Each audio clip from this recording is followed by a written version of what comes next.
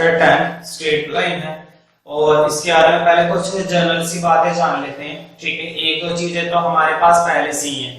एक तो तुम्हारा डिस्टेंस फॉर्मूला, ठीक है, डिस्टेंस फॉर्मूला तुम्हें मालूम होना चाहिए। मैं थोड़ा सा रिकॉल करा देता हूँ। मान लो दो पॉइंट है, मान लो पहला पॉइंट है a x1 y1 और दूसरा पॉइंट है b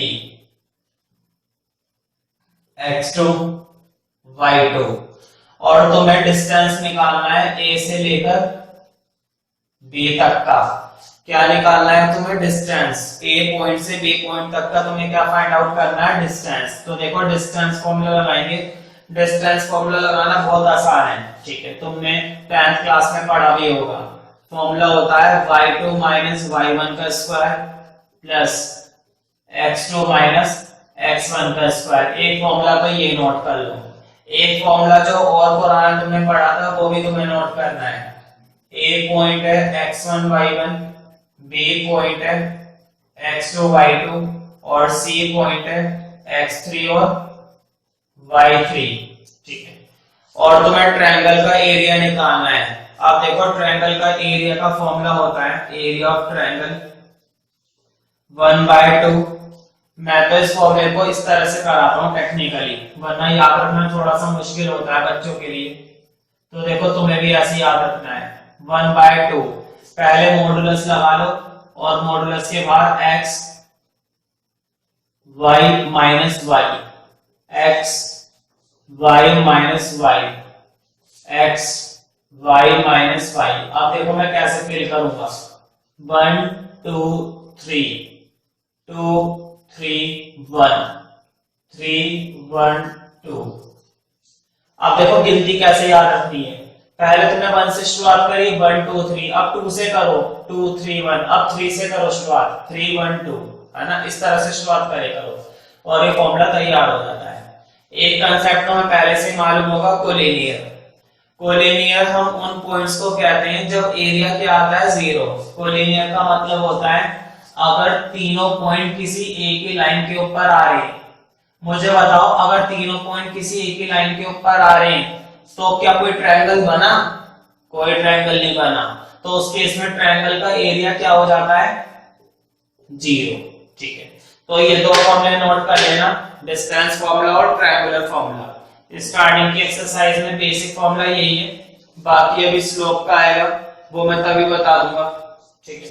इस वाली एक्सरसाइज में शायद स्लोप आएगा ही, यहाँ पे तो बेसिक वाले फॉर्मूले डिस्टेंस फॉर्मूला वगैरह, ठीक है। तो शुरू करते हैं एक्सरसाइज 10.1, ठीक है। एक्सरसाइज डाल दो 10.1, क्वेश्चन नंबर 1, ठीक है। Draw a quadrilateral in the Cartesian plane whose vertices are। देखो वर्टिसेस ड्रॉ करने और ये कह रहा है पहले तो क्वाड्रिलेटरल बनाओ कार्टेशियन प्लेन में। कार्टेशियन प्लेन तो मैं मालूम ही है xy प्लेन होता है, मतलब ऐसा कुछ ये होता है कार्टेशियन प्लेन जो हम 9th क्लास से पढ़ते हुए आ रहे हैं। अच्छा मुझे बताओ कुछ पॉइंट नेगेटिव भी दिख रहे हैं और कुछ पॉइंट पॉजिटिव भी दिख रहे हैं, ठीक है। कुछ पॉइंट नेगेटिव भी हैं और कुछ पॉइंट पॉजिटिव भी हैं। तो एक काम करते हैं, मैक्सिमम पॉइंट ज्यादा तो है नहीं, थोड़ा बहुत ही बना लेते हैं। 0 1 2 3 4 5 6 7, इतने से काम चल जाएगा। -1 -2, x में माइनस कहां तक जा रहा है? 4 तक है बस, तो ज्यादा बनाने की जरूरत नहीं है। अब y में माइनस देख लेते हैं, y में -5 तक जा रहा है बस। -1 -2 -3 -4 और -5, y dash x dash x y का पॉजिटिव देख लेते हैं। y का पॉजिटिव 7 तक जा रहा है। 1 2 3 4 5 6 7, है ना। पॉइंट को देखकर मैंने उनके अकॉर्डिंग बना लिया। अब पॉइंट प्लॉट करते हैं। देखो पहला पॉइंट है -4, 5। मुझे बताओ -4, 5 यहां पर मिलेगा ना रफली। 5 -5 नीचे मिलेगा यहां पर। फिर है 0,7, 0,7 यहां पर मिलेगा, ये रहा। और -4 -2, -4 -2 यहां पर मिलेगा। तो काफी अजीब सा क्वाड्रिलेटरल बना है। पॉइंट को नेम दे देना, 0,7 -4,5 -4, -2 और यहां पर क्या था,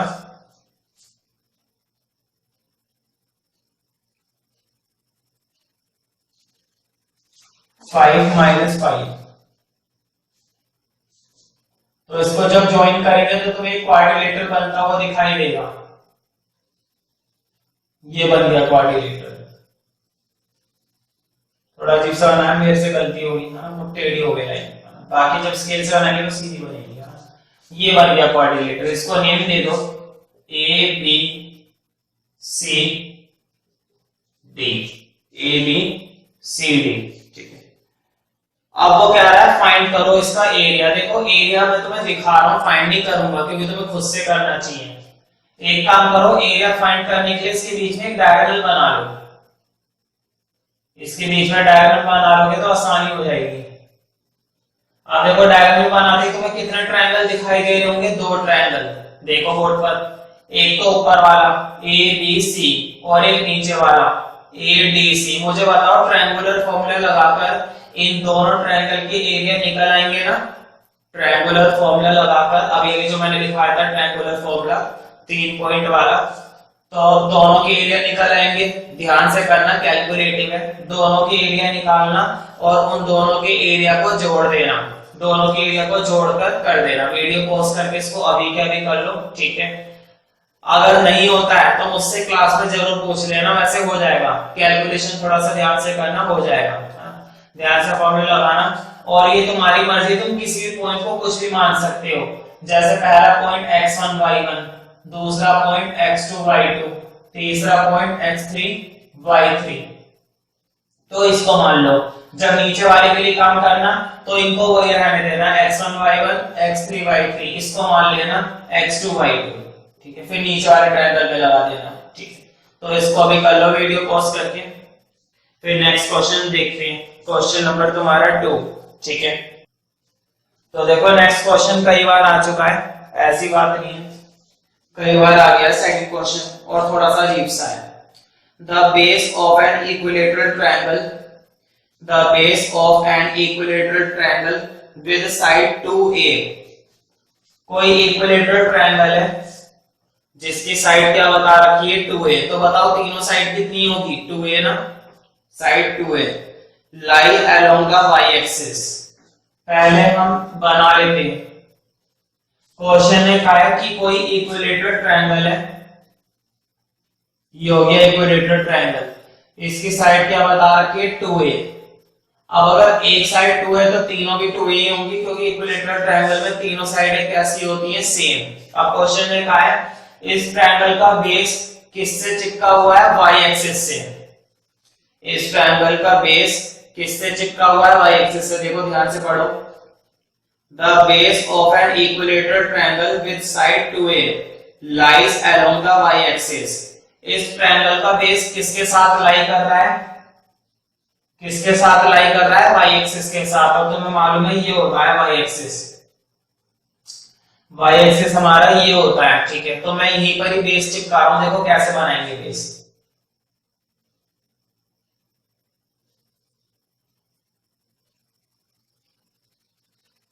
मैंने ट्रायंगल का बेस किसके साथ लगा दिया, y एक्सिस के साथ। अब इसको नेम दे दो a b c, ठीक है। बीच में ओरिजिन तो o नेम दे दो।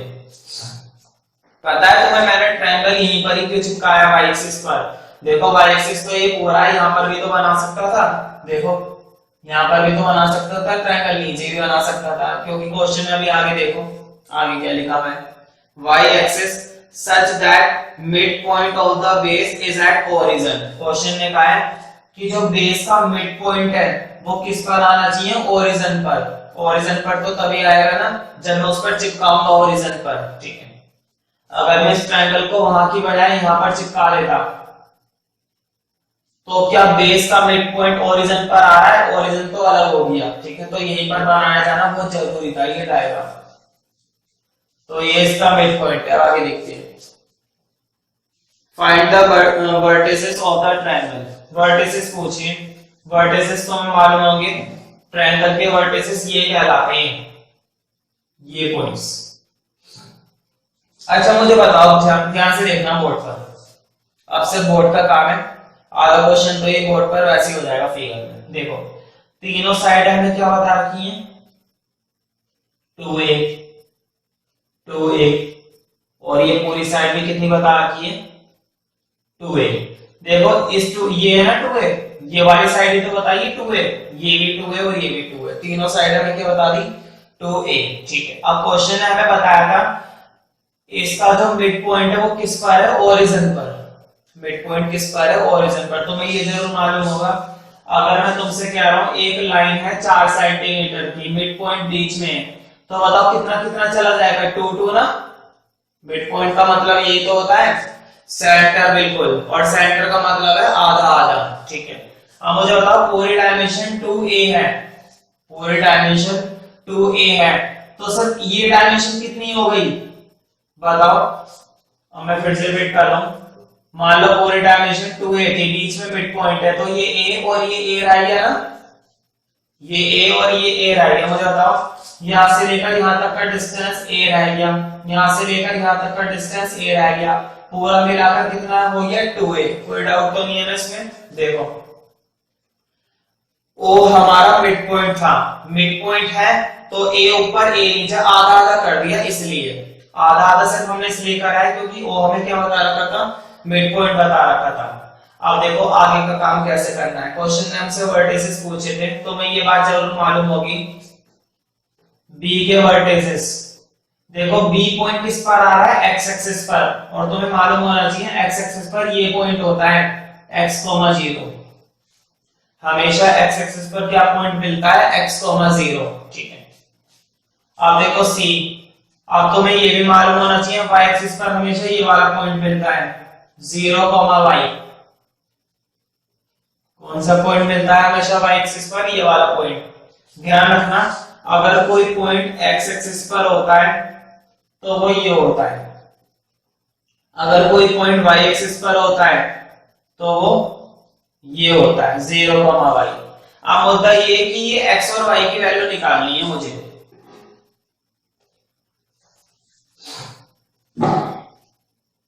ये ध्यान रखनी है बात कि ये x, 0 है, ये y, 0, y है। अब मुद्दा ये कि x और y की वैल्यू निकालनी है, और देखो y की तो निकली पड़ी है। मुझे बताओ सर, बोर्ड पे देखना रफली पहले, अगर मैं तुमसे कहूं 0, यहां से लेकर यहां तक का डिस्टेंस 3 है, यहां से लेकर यहां तक का डिस्टेंस 3 है, तो बताओ इस पॉइंट को ये तो लिखेंगे ना 3, 0। इसका मतलब ये हुआ ये जो डिस्टेंस होता है वो यहाँ पर पॉइंट आ जाता है।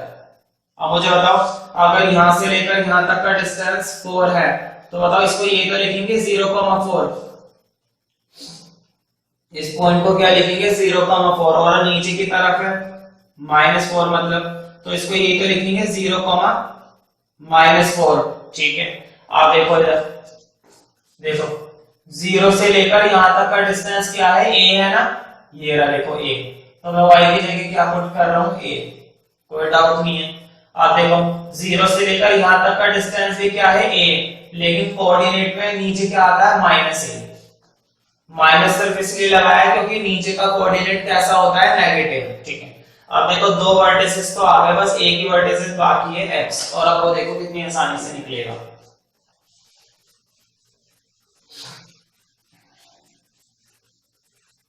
मैं फिर से रिपीट कर देता हूं, देखो 0 से लेकर यहां तक का डिस्टेंस a था, तो ये a पॉइंट आ गया। 0 से लेकर यहां तक का डिस्टेंस भी a है, तो ये -a आ गया क्योंकि कोऑर्डिनेट माइनस में है, ठीक है। अब तुम्हें मालूम है बट इक्विलेटरल ट्रायंगल में तीनों साइडें बराबर होती हैं ना, इक्विलेटरल ट्रायंगल में तीनों साइडें बराबर होती हैं, ठीक है। तो मैं दो साइडों को बराबर लेकर चल रहा हूं। देखो एक तो AB और एक BC, AB equal to BC, वहां से मुझे x की वैल्यू मिल जाएगी। अब देखो ए बी के लिए कैसे काम कर रही है। हाँ तो मैं मालूम है a के कोऑर्डिनेट आ गए 0, a, b के कोऑर्डिनेट आ चुके हैं x, 0 और c के आ चुके हैं 0 - a। ठीक है, अब देखो a b बनाएंगे। a b का मतलब क्या है, मैं सीधा फॉर्मूला नहीं लिख रहा, वैल्यू डाल रहा हूं। चलो एक बार लिख लेते हैं, y2 - y1 का स्क्वायर, x2 - x1 का स्क्वायर। वही फॉर्मूला इधर लगा रहा हूं, डिस्टेंस फॉर्मूला, y2 - y1 का स्क्वायर, x2 - x1 का स्क्वायर। अब देखो पहले a b के लिए ये है y2 - y1, y2 - y1 0 में से a, x2 - x1 x में से 0,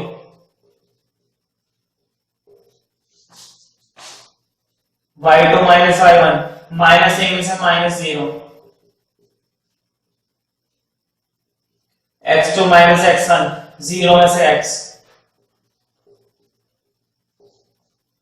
अब देखो थोड़ा रूट से रूट, पहले तो रूट काट दो, रूट से रूट काट दो।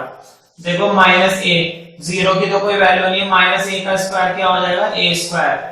जब भी हम किसी माइनस का स्क्वायर करते हैं तो वो प्लस बन जाता है। ठीक है, अब देखो इधर भी 0 की वैल्यू नहीं है, x का स्क्वायर। अब उधर देखते हैं, 0 की फिर से कोई वैल्यू नहीं है, -a का स्क्वायर, a स्क्वायर। इधर x की वैल्यू नहीं है कुछ भी। ठीक है, x का स्क्वायर कितना हो जाएगा। ठीक है, एक काम करो, ये तो पूरी टर्म कट गई,